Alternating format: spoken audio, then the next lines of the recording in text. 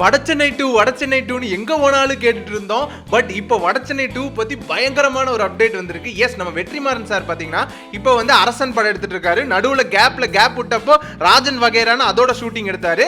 அதுக்கப்புறமா நான் அடுத்த பண்ண போற படம் வந்து வடச்சென்னை 2 ரொம்ப சீக்கிரமா வரப்போகுதுன்னு நம்ம தனுஷ் ஐயாவும் வந்து கடைசியில ஆடியோ லான்ச்ல சொல்லியிருந்தாரு. வடச்சென்னை 2 வரும், சீக்கிரம் வரும், சத்தமா வரும். நீங்க நினைக்கிற அளவுக்கு கூட தூரம் இல்லை, ரொம்ப பக்கத்துல வந்துச்சு. அன்புடன் எழுச்சி பெருசா இருக்கு.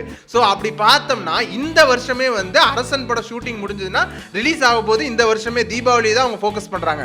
அடுத்த வருஷம் பாத்தீங்கன்னா ராஜன் வகைரான்னு சொல்லிட்டு அந்த வடச்சென்னை யூனிவர்ஸ்ல இருக்க ரெண்டாவது படம் வந்து ரிலீஸ் ஆக போகுது. இந்த வருஷமும் பாத்தீங்கன்னா அரசன் படம் வரப்போகுது வடச்சென்னை யூனிவர்ஸ்ல இருந்து.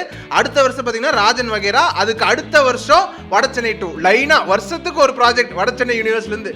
என்ஜாய் பண்ணுங்கடா அப்படிங்கிற மாதிரி ஒரு பயங்கரமான அப்டேட் வந்திருக்கு.